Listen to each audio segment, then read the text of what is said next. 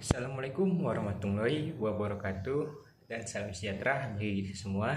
Perkenalkan, nama saya Paujan Azmi dengan NIM 3222121001 dari Prodi Pendidikan Sejarah Universitas Negeri Medan.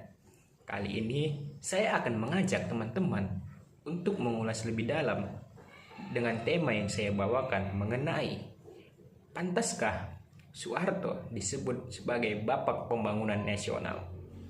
Mau tahu gimana keseruannya? Ikuti saja videonya. Nah, kali ini saya akan mengulas lebih dalam atau mereaction sebuah video dari channel YouTube yang bernama Story. Channel YouTube ini merupakan channelnya yang dari beritakompas.com.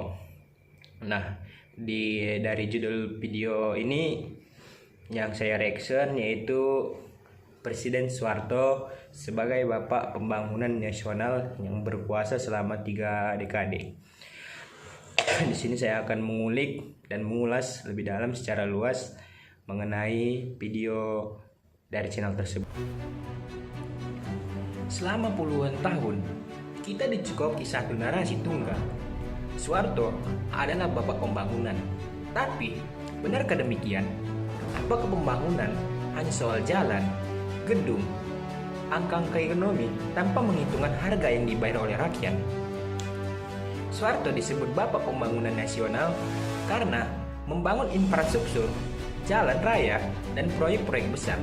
Tapi mari kita bertanya, pembangunan untuk siapa? Rakyat kecil atau elit Orde Baru?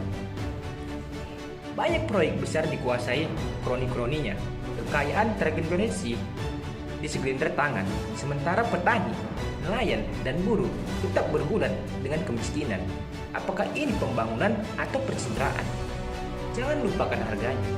Reformasi agraria dibukukan, kebebasan berpendapat dibungkam, ribuan orang hilang, disiksa atau dibunuh demi stabilitas semua. Pembangunan tanpa hak asasi adalah pembangunan dan semu. Apa artinya jalan tol jika rakyat takut bicara? Apa gunanya pertumbuhan ekonomi jika di atas pemerintahan orang banyak? Narasi Bapak Pembangunan tidak lahir dari fakta, tapi dari mesin propaganda. Media dikontrol, sejarah dimanipulasi, generasi kita diwarisi cerita setengah jadi. Kini kita punya pilihan, terus percaya mitos atau mengungkap kebenaran. Karena pembangunan sejati bukan tentang siapa yang membangun paling banyak, tapi siapa yang membangun dengan keadilan.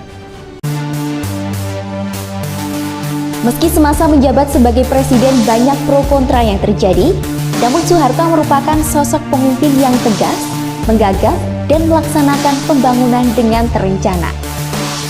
Soeharto telah melakukan sesuatu yang besar dan berkorban untuk bangsa Indonesia. Kepemimpinannya pun tak hanya diakui di dalam negeri, namun juga di mancanegara. Soeharto mengubah Indonesia yang miskin menjadi macan ekonomi baru, mendidik rakyat, dan membangun infrastruktur.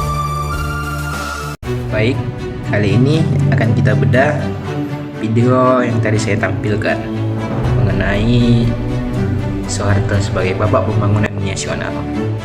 Narasi yang mengangkat Soeharto sebagai Bapak Pembangunan Nasional telah menjadi bagian dari ingatan kolektif masyarakat Indonesia, terutama sejak era Orde Baru.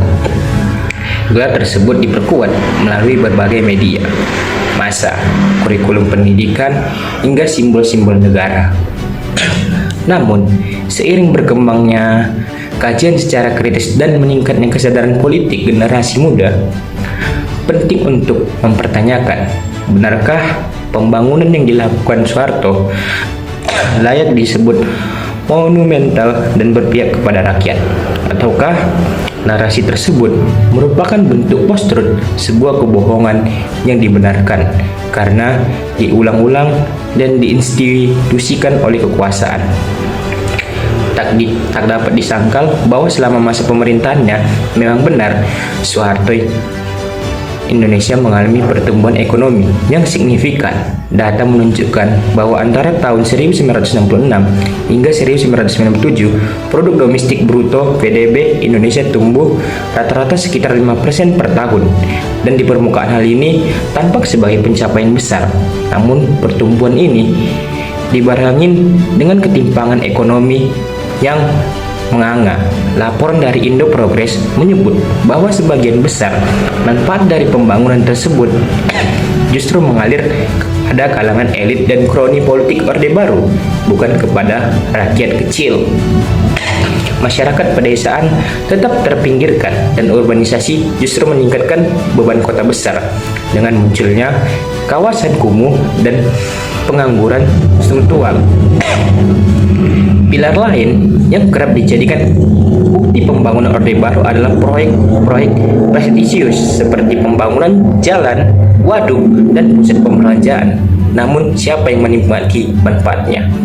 Banyak dari proyek tersebut sebenarnya diselimuti praktik korupsi, kolusi, dan nepotisme atau yang kita ketahui KKN. Salah satu contoh yang paling jelas adalah proyek Mobil Nasional Timur yang dikuasai oleh PT Timur Putra Nasional milik Tommy Soeharto. Perusahaan ini mendapatkan fasilitas dan keringanan pajak luar biasa dari pemerintah tanpa mekanisme seleksi terbuka atau akuntabilitas publik. Praktik ini mencerminkan model pembangunan yang elistis dan ekspoliatif, bukan pembangunan yang berbasis kesejahteraan rakyat. Lebih lanjut lagi, pembangunan Orde Baru seringkali dijalankan dengan menyingkirkan hak asasi manusia. Pelanggaran HAM masih terjadi atas nama stabilitas dan pembangunan. Peristiwa seperti pembantaian massal 1965 sampai 1966, penembakan di Tanjung Priok tahun 1944, penculikan aktivis 1997 sampai 1900 dan sebagai pengaman terhadap kebebasan pers serta akademik menunjukkan bahwa pembangunan di era Soeharto tidak berjalan berampingan dengan demokrasi. Hal ini membuat kita bertanya, bagaimana mungkin seorang pemimpin disebut Bapak Pembangunan jika pembangunan itu dilakukan dengan menindas rakyatnya? Soeharto juga sukses menciptakan konstruksi sejarah yang berpihak pada dirinya sendiri melalui buku-buku pelajaran, film seperti penumpasan pengkhianatan G30 SPKI serta kontrol ketat terhadap media citra Soeharto. Dipoles sebagai penyelamat bangsa yang membawa stabilitas dan kemajuan. Narasi ini nyaris tak memberi ruang bagi penilaian kritis terhadap aktor-aktor lain dalam sejarah Indonesia seperti Soekarno, para aktivis buruh, petani, atau mahasiswa yang juga berperan penting dalam perjuangan nasional. Manipulasi memori kolektif ini adalah bagian dari strategi post-truth yang menyadarkan kebenaran pada kekuasaan, bukan pada fakta. Sekian. Dengan demikian, menyematkan gelar Bapak Pembangunan Nasional kepada Soeharto tidak hanya mengabaikan komplisitas sejarah, tapi juga mengkhianati fakta-fakta penting yang secara sistematis ditekan selama puluhan tahun. Sebagai seorang mahasiswa dan generasi muda yang hidup di era keterbukaan informasi, kita punya tanggung jawab moral untuk tidak menerima narasi sejarah secara mentah-mentah. Sebaliknya, kita harus membongkar lapisan-lapisan propaganda yang telah lama dibentuk oleh Orde Baru dan menimbang ulang pembangunan dalam bingkai keadilan sosial, demokrasi, dan hak asasi manusia. Sekianlah video post-truth yang saya bawakan mengenai pantaskah Presiden Soeharto yang dinobatkan sebagai Bapak Pembangunan Nasional. Teman-teman sudah pasti menyaksikan video dari paparan saya. Semoga apa yang saya paparkan bermanfaat kepada teman-teman yang sedang menyaksikan dan menonton video saya. Lebih dan kurangnya mohon maaf, dan apabila ada kata yang menyinggung personal seseorang, saya mohon maaf sebesar-besarnya. Terima kasih.